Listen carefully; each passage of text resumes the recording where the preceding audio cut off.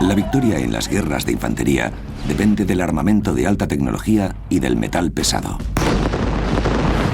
Pero también depende de algo mucho más terrenal, literalmente. El pico y la pala son instrumentos de guerra tan importantes como el rifle y la bayoneta.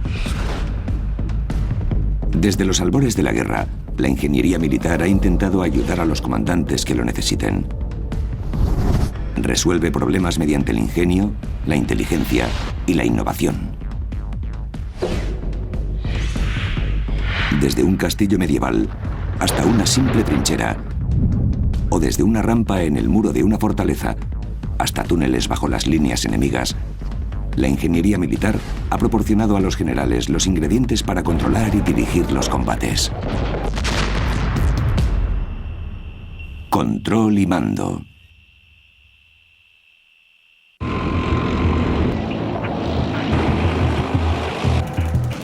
La guerra de infantería se basa en defender o capturar territorios. Y el propio terreno juega un papel principal. Tanto para el ataque como para la defensa, un comandante debe aprovechar el terreno para su beneficio. Un principio que se remonta a las guerras clásicas. Las legiones romanas operaron sobre todos los tipos de terreno, y sus ingenieros han resultado ser algunos de los mejores en la historia militar.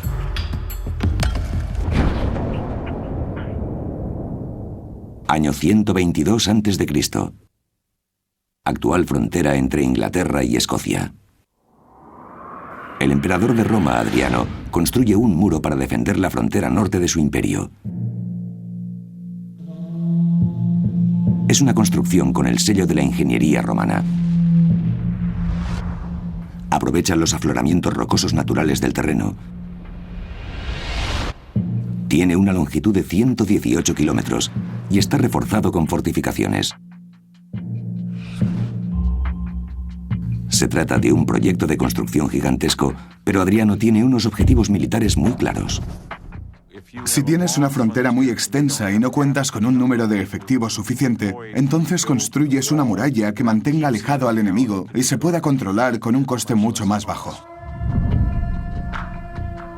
Al igual que la Gran Muralla China, que se construiría 700 años después, el muro de Adriano sirve para lanzar un claro mensaje a sus enemigos. Un mensaje que pone de manifiesto el poder de la Roma imperial.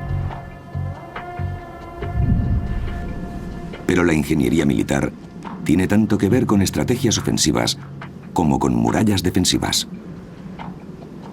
Los romanos, al igual que muchas generaciones posteriores de soldados, eran expertos en recurrir al pico y a la pala en operaciones de ataque. Si te encuentras una muralla, solo hay tres maneras de superarla. Puedes pasar por arriba, por abajo o a través de ella. Y hay una ciencia que desarrolla estas estrategias. La táctica romana para superar murallas defensivas se pudo ver en acción en Masada, Israel. La captura de esta fortaleza en el año 73 después de Cristo muestra el modo en que los ingenieros romanos recurren a la diligencia, a la inventiva y a una cuidadosa planificación para alcanzar la victoria. Masada ha sido elegida por los rebeldes judíos para plantar cara a las tropas romanas gracias a su difícil acceso. Masada es un ejemplo excelente de fortificación antigua. En otras palabras, se basa en aprovechar un accidente natural de difícil acceso, esta enorme montaña que tengo detrás, y fortificarlo. Un ejemplo excelente de recurso defensivo que les da a los rebeldes la ventaja de una posición elevada. Pero los ingenieros romanos examinan el paisaje, buscan puntos débiles en la posición rebelde y desarrollan un plan para hacerla caer. El único modo que tenían los romanos para acceder hasta los defensores de Masada era construir una enorme rampa de asalto. Pero antes de construir esa rampa de asalto, necesitan encontrar una ubicación adecuada. Descubren un punto débil en el muro de Masada, una cresta natural en el flanco occidental de la fortaleza que los romanos emplean como base para la rampa.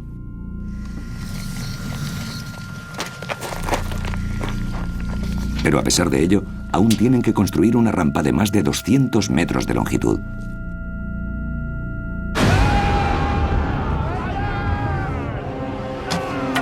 La pendiente tiene que ser lo bastante suave como para poder empujar una torre de asalto hasta los muros de la fortaleza.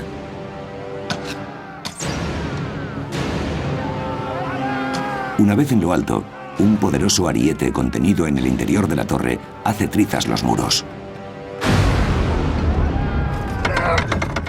La artillería romana mantiene un fuego de piedras constante para proteger a los equipos que construyen la rampa.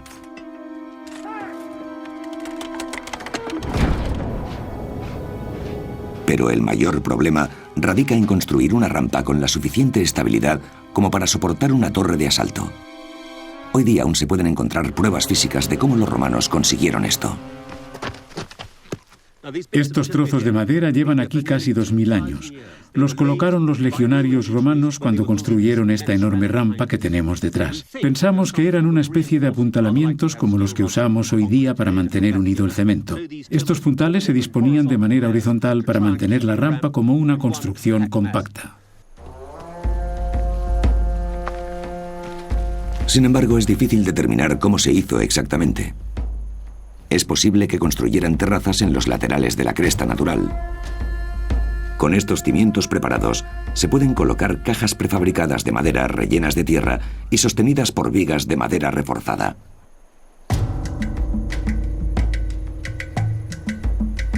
De esta manera, la rampa será capaz de soportar el peso de una torre de asalto. Los ingenieros romanos son capaces de neutralizar la ventaja de la posición elevada de Masada, y el ataque sobre los muros se aprovecha de un punto flaco en el diseño de esta fortaleza de montaña. Las torres de Masada no se proyectan hacia el exterior de los muros, de modo que no pueden abrir fuego por los flancos. Esto reduce la capacidad defensiva de manera sustancial. Lo que tenemos en Masada es un sistema de defensa pasiva. Una defensa que no puede soportar este tipo de ataque. Entre el año 50 a.C. y el 150 después de Cristo, la ingeniería romana, con el apoyo de la artillería, jugó un papel decisivo en la expansión del imperio. Pasarán siglos antes de que se desarrolle una defensa efectiva contra los sistemas de asedio.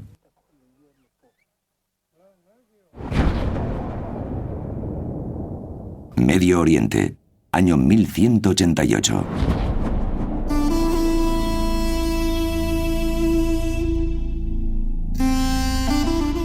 Saladino, el gran líder musulmán, ha infligido una dura derrota a los cruzados en la batalla de Hattin. Pero para tomar el control sobre Tierra Santa, ahora Saladino necesita expulsarlos de sus castillos, como el de Krak de Chevalier en la actual Siria. Estos castillos permiten a los cruzados seguir presentes en esta región. Lo que pasó entre la segunda mitad del siglo XII y la primera del XIII es que estos castillos se hicieron mucho más grandes. Toda estructura tendió a hacerse más alta, más grande y más ancha.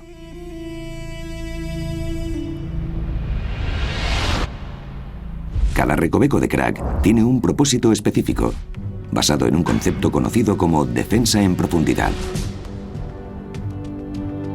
La primera línea de defensa consiste en un número de torres lo suficientemente fuertes como para soportar el peso de catapultas pesadas.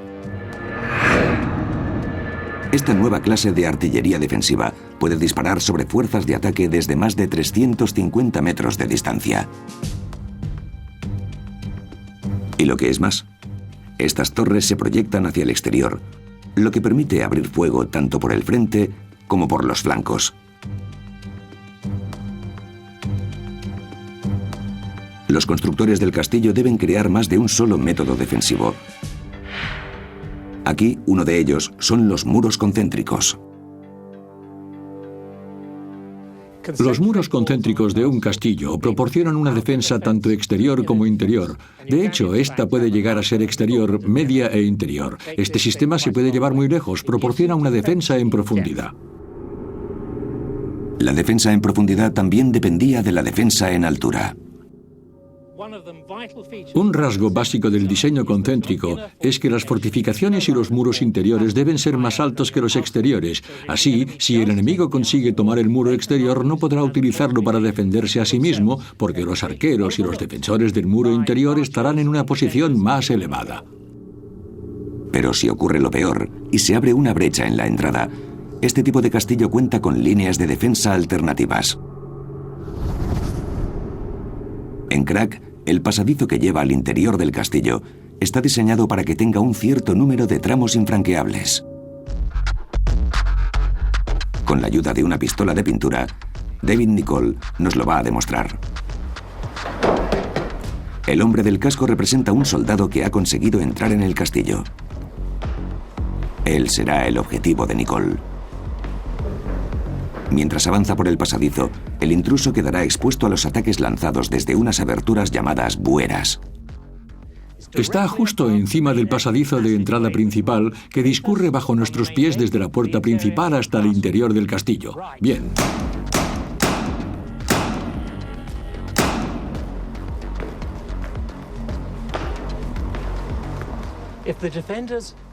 Si los defensores no consiguen acabar con el atacante a la primera oportunidad, les quedan muchas otras.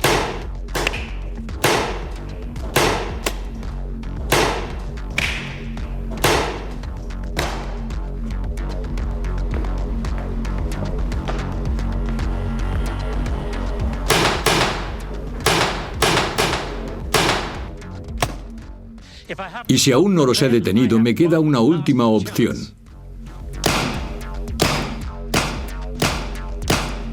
Estas bueras muestran que las posiciones de defensa múltiples son la base del diseño de estos castillos. Y demuestran ser muy útiles en combate. En 1888, los cruzados de Krak consiguen repeler el ataque de Saladino. La defensa en profundidad será una parte muy importante de la ingeniería militar, incluso hasta el día de hoy. En las batallas tan efímeras de la guerra actual, con frecuencia falta tiempo para construir fortificaciones. Sin embargo, los principios del diseño de los castillos de los cruzados siguen en vigor. Esto es Irak, año 2004, la batalla de Faluya. Los marines de los Estados Unidos se encuentran bajo el fuego pesado de los insurgentes iraquíes. Ambos bandos deben improvisar conforme se desarrolla la batalla. Esto es lo que vamos a hacer.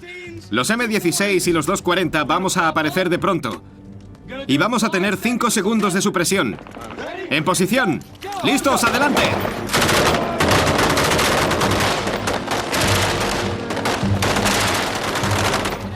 En un campo de batalla que cambia de manera constante, los muros de ladrillo de las azoteas constituyen tanto una protección defensiva como una posición elevada para los soldados. Desde aquí arriba pueden abrir fuego hacia las posiciones insurgentes.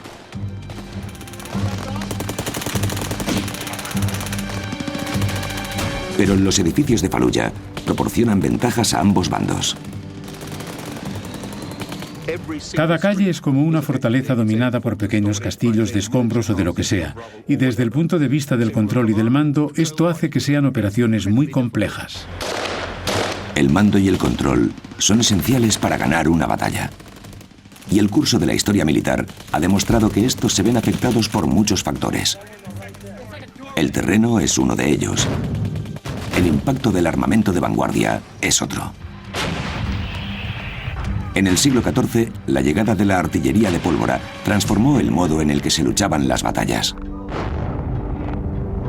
Los ingenieros militares tuvieron que adaptarse a esta nueva y poderosa amenaza. 1480, sureste de Europa. Isla de Rodas, hoy parte de Grecia. Un ejército de turcos otomanos bombardea la fortaleza de Rodas con la artillería de pólvora más poderosa que el mundo ha visto jamás.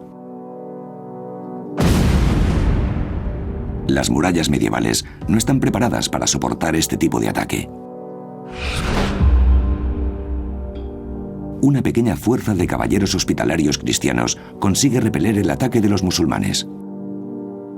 Después de un asedio brutal que se prolonga durante 2 meses, los otomanos se retiran. Los hospitalarios resisten, pero será por poco tiempo. Su líder, Pierre d'Aubusson, sabe que los otomanos volverán. d'Aubusson es un testigo temprano de lo que la artillería pesada hace con las murallas de piedra medievales. Pronto se da cuenta de que las defensas de Rodas tienen que ser reforzadas. A la mañana siguiente, Pierre d'Aubusson se levanta y piensa: vaya, no hemos ganado porque nuestras murallas fueran invulnerables. De modo que empieza a reconstruirlas. Deben replantear todos los principios de la fortificación. Saben que los muros elevados y poco gruesos ya no son efectivos contra la artillería de pólvora.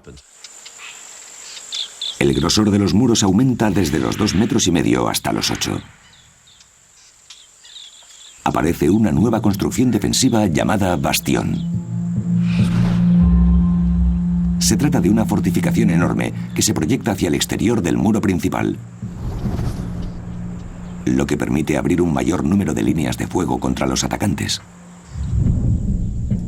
En Rodas se construyen varios bastiones. Cada uno de ellos es como una enorme torreta erizada de cañones. Los cañones empiezan a ser tan grandes y tan poderosos, entre 18 y 20 toneladas y entre 3 y 4 metros, que los hospitalarios tienen que construir estas enormes plataformas solo para contrarrestar su enorme retroceso.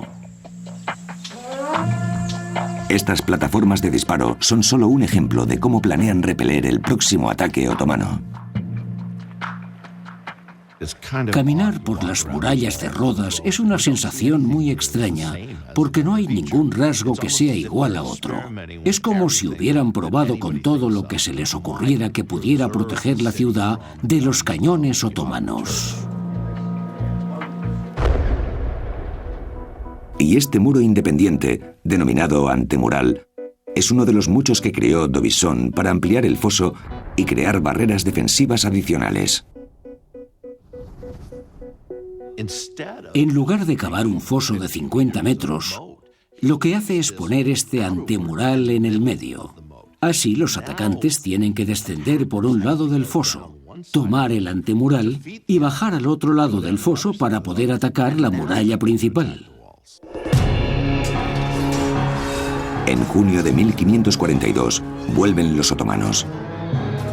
Decenas de miles de soldados, liderados por su sultán, Suleimán el Magnífico, sitian la fortaleza. Frente a ellos, una fuerza de hospitalarios de apenas 6.000 hombres. No creo que nada parecido al sitio de 1522 se hubiera visto con anterioridad en cualquier otra batalla. Cada oleada de ataques otomanos cae frente a los muros recién reforzados de Rodas. Los caballeros hospitalarios mataron a miles de ellos, pero cada vez que levantaban la vista veían a otros 20.000, ya que trajeron a muchos más de Turquía. Hubo un testigo ocular, Jacques de Bourbon, que afirma que había tanta sangre en el foso, proveniente de los cadáveres de tantos otomanos muertos, que no se podía ver el suelo, tan solo sangre. A pesar de que los otomanos sufren miles de bajas al intentar traspasar las defensas de Rodas, continúan lanzando ataques. Después de 6 meses de asedio, los hospitalarios llegan a un punto en el que su propio número de bajas les obliga a rendirse. Al final, Suleimán el Magnífico sale vencedor, y este joven sultán reconoce ante los hospitalarios que la conquista de Rodas le ha costado 103.000 bajas, pero que no le importaría haber sufrido 103.000 más. A pesar de la derrota de los hospitalarios, el poder de las innovaciones defensivas de Rodas ha quedado más que demostrado. Muy pronto, por toda Europa y Oriente Medio, se empiezan a construir fortalezas como la de Rodas. Rodas es parte de una lluvia de ideas sobre cómo combatir a la artillería de pólvora. En Italia, los ingenieros construyen fortalezas con planta de estrella y con bastiones triangulares, diseñados para posibilitar el fuego cruzado defensivo. La ingeniería defensiva pronto alcanzará un nuevo nivel de sofisticación. 1698, este de Francia. Se está llevando a cabo la construcción de una fortaleza que representará la culminación de la arquitectura defensiva, Neuf-Brissac. Hoy día, Neuf-Brissac es un pueblo apacible y tranquilo, cerca de la frontera con Alemania. Sus defensas las diseñó un ingeniero militar brillante, Sébastien Bouvin, un noble muy instruido en el arte de la fortificación. Todo el mundo conocía los rudimentos de la fortificación, y los conocían porque la nobleza seguía siendo la clase guerrera, y en esta época la guerra dependía del conocimiento de las técnicas de fortificación. Pero el talento de Bouvin le hizo destacar. Su ascenso llegó en un tiempo en el que Francia mantenía conflictos con casi todos los estados europeos con los que compartía frontera. Y llegó a construir o reformar hasta 160 fortalezas.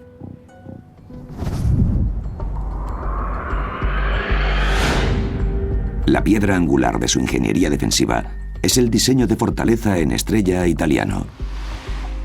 Pero Neuf-Brissac muestra cómo Bouvin emplea el terreno para proporcionar ventaja a los defensores. Ahora mismo caminamos por los alrededores de Neuf-Brissac. Lo más impresionante es que desde donde estamos no podemos ver el foso. Lo único que vemos a nuestro alrededor es campo. Parece que caminamos por un terreno algo accidentado, pero en realidad estamos solo a 20 metros del foso de la fortificación. Están diseñadas para que no se vean a simple vista y se ha creado un terreno elevado de manera artificial. El terreno tiende a subir de manera gradual. Bouvin lo calculó con mucho cuidado para que la gente de la fortificación mantuviera la ventaja de una posición elevada. De pronto llegas aquí y ves la contraescarpa, el foso y todas estas protecciones de la fortaleza. En aquellos tiempos lo único que veríamos desde aquí sería tierra, cañones y soldados con mosquetes apuntando hacia nosotros desde la muralla.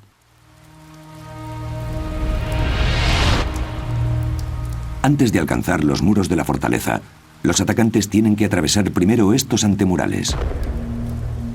Lo que en Rodas fue solo un experimento, casi 200 años antes, ahora se ha convertido en una técnica de fortificación muy extendida.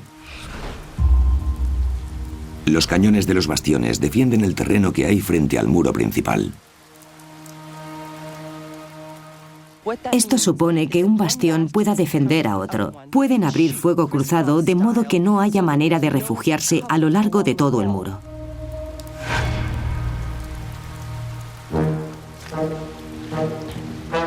Desde el interior de un bastión se puede apreciar lo que estas estructuras aportaban a los defensores. Los atacantes que estén en el fondo del foso pueden ser aniquilados en esta zona. Aunque Neuf-Brissac nunca vio ninguna batalla, muchas fortalezas se han construido según el modelo de Bouvin. Y no solo en Francia.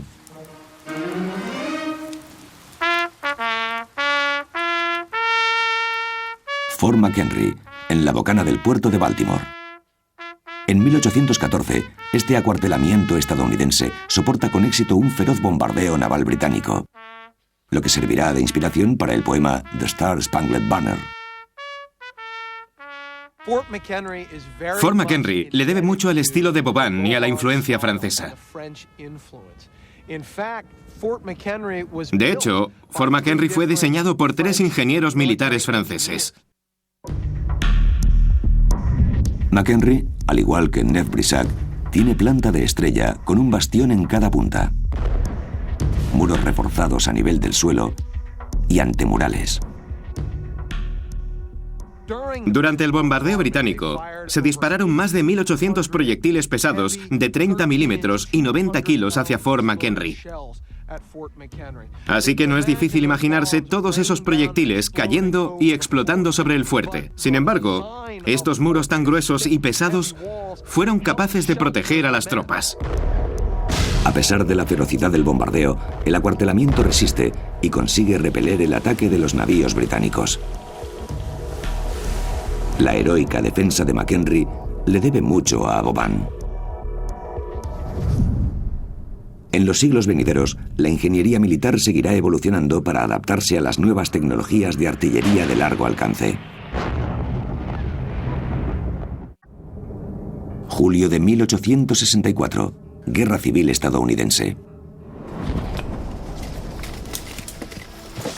El pueblo de Petersburg, Virginia, está sitiado. La era de la guerra de trincheras ha comenzado. El general confederado Robert E. Lee ha construido una línea defensiva de 16 kilómetros para proteger Petersburg. Frente a él están las fuerzas del general de la Unión, Ulysses S. Grant. Ambos bandos se encuentran atrincherados. El campo de batalla es cada vez más mortífero debido a las armas de fuego. Esto provoca que primero los soldados y después sus generales alteren el terreno a la menor oportunidad. Si excavas un parapeto para mantener a tus hombres bajo el nivel del suelo, obligas al atacante a acercarse a ti en una posición de desventaja. Los muros de piedra han desaparecido. Ahora las estrategias defensivas se basan en excavar el terreno. Como atacante, Grant debe romper la línea de trincheras confederadas. Uno de sus oficiales, Henry Pleasant, antiguo ingeniero de minas, sugiere un plan muy ingenioso. Él era una muestra de un nuevo tipo de soldado que representaba el conocimiento científico y tecnológico y que era capaz de aplicarlo a la guerra. Pleasant propone una operación secreta de ingeniería: construir un túnel bajo las líneas confederadas y volarlas desde debajo. Calcula que debe tener una longitud de 156 metros. Esta distancia va a suponer un problema para ventilar el extremo del túnel. Conforme los zapadores continuaban con su trabajo, el dióxido de carbono que generaban y la falta de ventilación podía causarles la asfixia. La solución de Pleasant fue magnífica por su elegancia y simplicidad. Primero se haría salir el dióxido de carbono mediante una abertura cerca de la entrada del túnel. Justo debajo, una hoguera permanente expulsaría el aire viciado. Y para evitar que el humo llamara la atención, Pleasant ordenó a sus hombres que encendieran hogueras señuelo a lo largo de las líneas. Mientras, el aire fresco se introduciría en el túnel a través de un conducto de madera. Esta es una reproducción del conducto por el que pasaba el aire hasta la zona de trabajo de los soldados. Este acuario modificado sirve para ilustrar cómo funcionaba el sistema de Pleasant. Este tubo de cristal representa el conducto que construyeron. Las líneas de la Unión estarían por aquí y las líneas confederadas a la izquierda. Y este tubo representaba el conducto vertical que diseñó Pleasant. Y este quemador es la hoguera encendida. Ross llena el falso túnel de humo para simular el aire viciado. Una vez que se enciende el quemador, este aire se eleva y sale del túnel.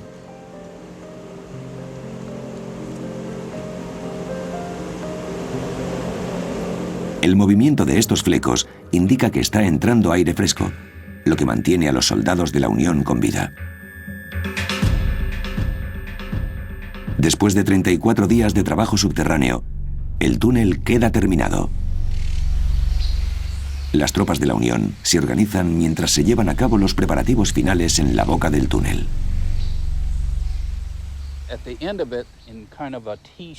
Al fondo había una bifurcación en forma de T con dos galerías de 9 metros en las que colocaron 4 toneladas de pólvora. Es una cantidad desmesurada de pólvora dispuesta justo debajo de las líneas enemigas. En la mañana del 30 de julio de 1864, se enciende la mecha. Se produce una tremenda detonación, casi como un geyser que explota. Empezaron a llover miembros, ruedas de carros, cañones y hasta enormes trozos de tierra del tamaño de una casa. Las líneas confederadas que se encontraban allí tan solo unos segundos antes ahora han sido arrasadas. 278 confederados mueren en la explosión. Pero el ataque posterior, mal dirigido, lleva a las tropas de la Unión a adentrarse en el cráter en lugar de rodearlo. Esto hace que sean incapaces de abrirse paso y deban retirarse de vuelta a sus líneas. Sin embargo, el enorme cráter causado por la explosión y el túnel Henry Pleasant demuestran cómo la ingeniería puede localizar un problema y encontrar la solución. Apenas 50 años más tarde, este tipo de operación subterránea se llevará hasta un nuevo nivel.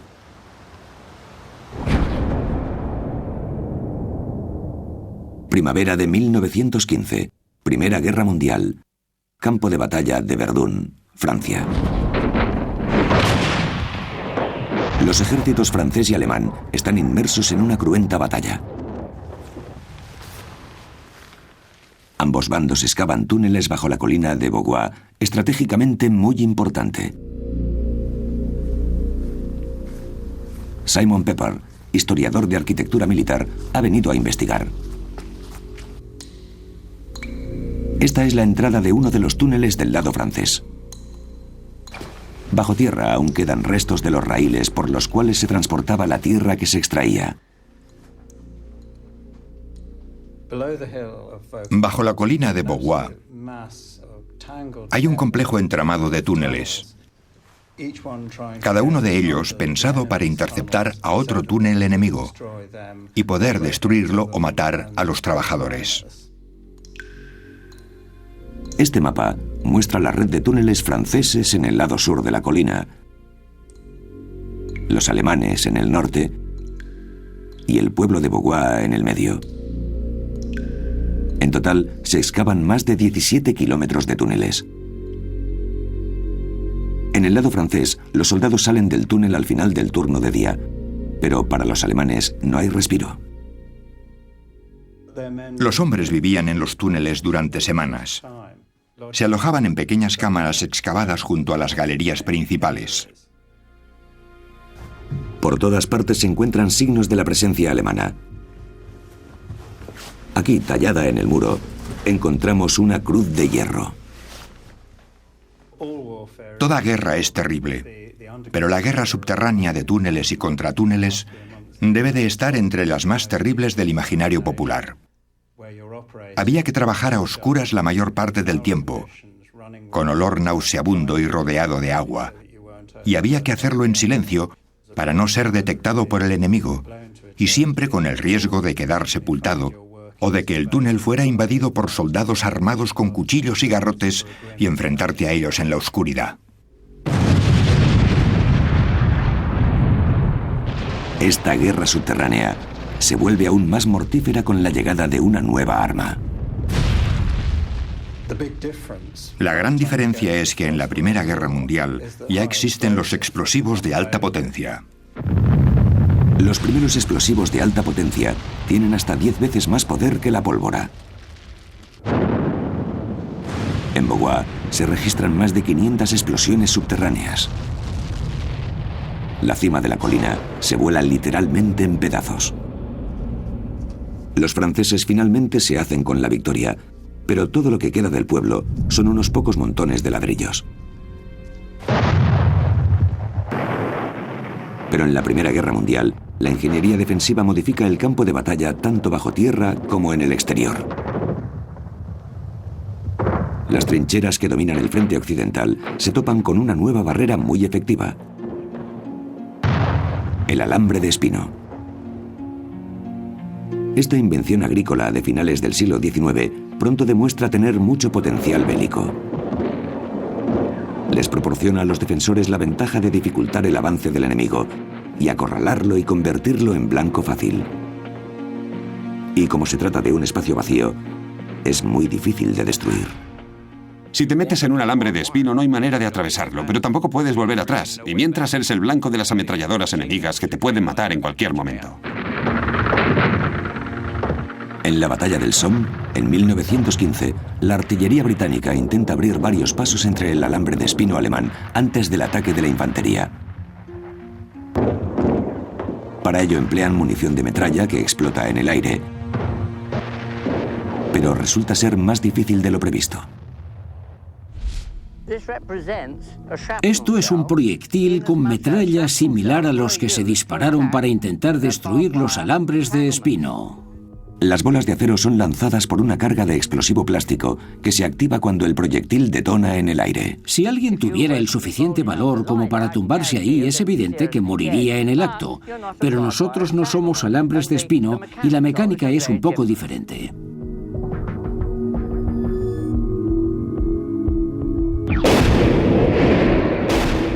Ha explotado a poco más de 1 metro por encima del alambre. Como se puede ver, el alambre está intacto. Los 6 cables que había antes de la detonación siguen intactos. El explosivo ha atravesado la madera, pero casi no ha dañado el alambre de espino. Y esto es lo que la infantería británica se encontró, para su desgracia, cuando atacaron las líneas alemanas en el Somme. En el sector norte del campo de batalla, alrededor de 2/3 de terreno, el alambre de espino no se pudo cortar. Puede que el alambre de espino fuera el elemento más crucial a la hora de decantar el desarrollo de la batalla. Pero el alambre de espino no fue la única innovación en cuanto a ingeniería de la Primera Guerra Mundial. Con el fin de defender algunos pueblos franceses estratégicamente muy importantes, se construye un nuevo tipo de fortaleza.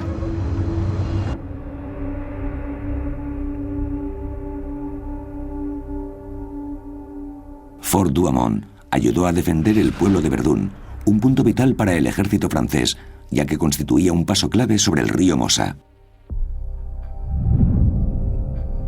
El diseño de Douaumont se debe al mayor alcance de la artillería. La mayoría de estas fortificaciones son subterráneas y las partes más elevadas están protegidas con tierra para absorber las sacudidas y los impactos de la artillería. Pero la tierra aún es la única protección de Douaumont. La fortaleza original se construyó en la década de 1870 y tan solo 30 años después, los franceses se dan cuenta de que está obsoleta. Estamos en la cara sur de Fort Douaumont y lo que vemos aquí son pruebas evidentes de la reforma que se llevó a cabo poco antes de la Primera Guerra Mundial. La priora coloreada forma parte del diseño original, pero el material gris, este cemento de aquí, pertenece al refuerzo que se añadió a causa del aumento de potencia de la artillería. Douaumont forma parte de una revisión total de lo que debe ser una fortaleza. El sistema fortificado de Verdún ya no se basa en una fortaleza con muchos muros conectados entre sí. En lugar de eso, se trata de un sistema de fuertes de varios tamaños, lo que los franceses llamaban ouvrage, diseñados para protegerse y cubrirse los unos a los otros. Una red de 19 fuertes protege Verdún. Este sistema, al igual que los bastiones de la fortaleza de Vauban, ofrece zonas de defensa solapadas.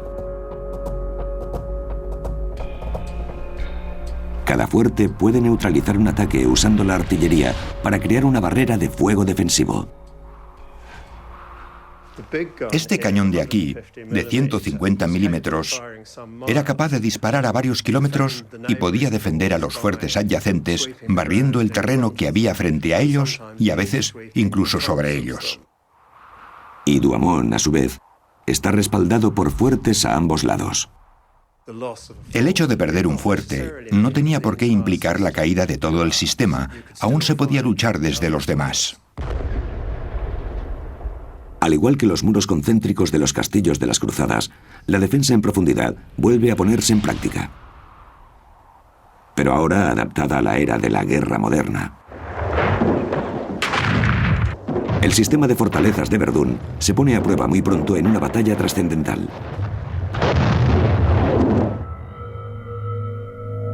Al principio parece que los alemanes llevan ventaja. El ataque empieza en febrero de 1916 y a principios de marzo, Douaumont ya ha sido capturado. En junio, Fort Vaux también cae. Pero el resto de fuertes franceses hacen su trabajo. Aunque caen dos de los fuertes más importantes, Douaumont es uno de los más grandes con diferencia. El sistema resiste y como resultado, los alemanes son incapaces de alcanzar Verdún y cruzar el Mosa. Las fuerzas francesas recuperan Douaumont en octubre y finalmente ganan la batalla de Verdún. Este éxito inspira a los generales franceses que después de la guerra intentarán fortificar Francia ante la posibilidad de futuros ataques.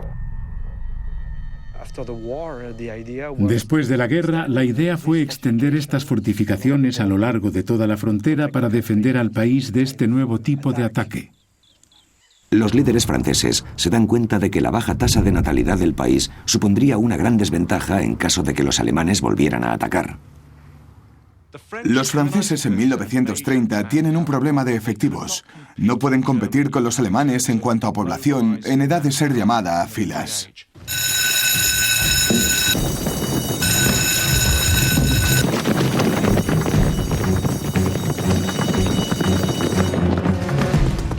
Su solución es la línea Maginot.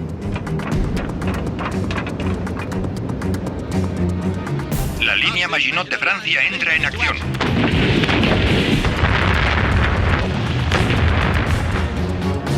Tiene puntos en común con el sistema defensivo de Verdún. La teoría que había detrás de la línea Maginot era la de tomar algunos principios como las fortificaciones subterráneas y los sistemas entrelazados y de apoyo mutuo para crear una línea defensiva que ayudara a Francia en una guerra futura. Los estrategas militares franceses pensaban que el mando y el control se podrían ejercer mediante este método defensivo. Hoy día, escondido entre las colinas del este de Francia, se encuentra lo que queda de la línea Maginot. Emplazamientos blindados para cañones, trampas para tanques y trampas para soldados. Todo ello parte de la fortaleza Hagenberg. Se trata de una serie de bloques de combate interconectados. Aquí, en el bloque 5, cada abertura estaba ocupada por una pieza de artillería. Mucho de lo que hoy en día está a la vista estaba escondido en los años 30. Las torres de observación camufladas eran solo uno de los muchos elementos de Hagenberg. Según los estándares de la época, la línea Maginot era muy sofisticada. Recurrieron a toda la tecnología que se podía usar en aquellos tiempos, como torretas giratorias con mucha potencia de fuego. Una de las torretas eléctricas ha sido restaurada. Alberga un cañón que podía elevarse, hacer varios disparos y después desaparecer de la vista. Bajo tierra se percibe la verdadera extensión de Hagenberg. 10 kilómetros de túneles conectados por su propio tren. Diseñada para ser autosuficiente, si se corta la electricidad, una serie de motores diésel pueden generar energía para los bloques de combate. Cada parte de la línea Maginot se ha construido del modo más resistente posible. La defensa es lo más importante. Es mucho mejor quedarte en tu sistema defensivo y aplastar al enemigo que te ataca que salir de este sistema y convertirte en víctima. Pero cuando estalla la Segunda Guerra Mundial, la guerra ha cambiado. Los generales alemanes saben que no pueden controlar el campo de batalla con un ataque directo sobre la línea Maginot. Y en lugar de eso, explotan las debilidades de esta defensa estática.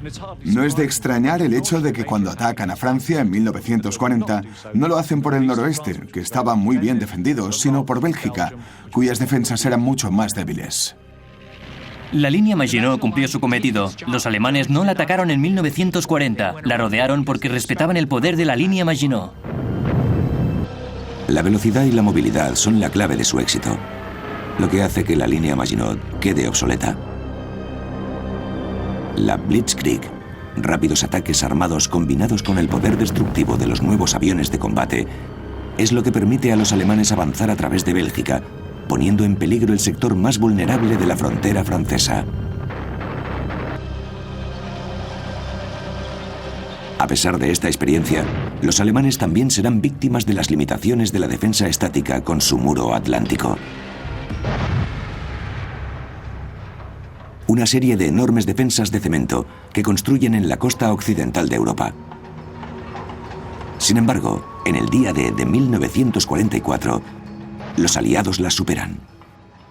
Cuando dependes de una defensa estática para proteger una frontera muy extensa, nunca vas a poder obtener la fuerza necesaria para detener el avance enemigo en todos y cada uno de los puntos.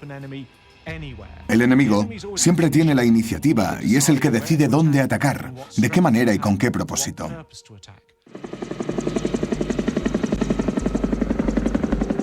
Desde la Segunda Guerra Mundial, el éxito en combate depende de la movilidad y de la capacidad de los comandantes para adaptarse con velocidad y en ocasiones manipular el campo de batalla.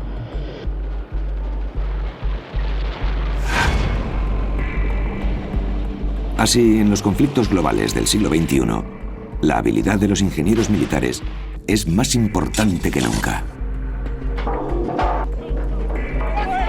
Los generales, que dependen del control y del mando, confían en ellos para obtener ventaja tanto ofensiva como defensiva. Aquí los ingenieros británicos construyen fortificaciones temporales en la base aérea de Bagram, Afganistán, y preparan el terreno para la llegada de nuevas tropas. Al igual que los legionarios romanos modificaron el terreno de Masada hace 2000 años. Los soldados modernos siguen recurriendo al pico y a la pala para alterar el terreno, mientras preparan el campo de batalla.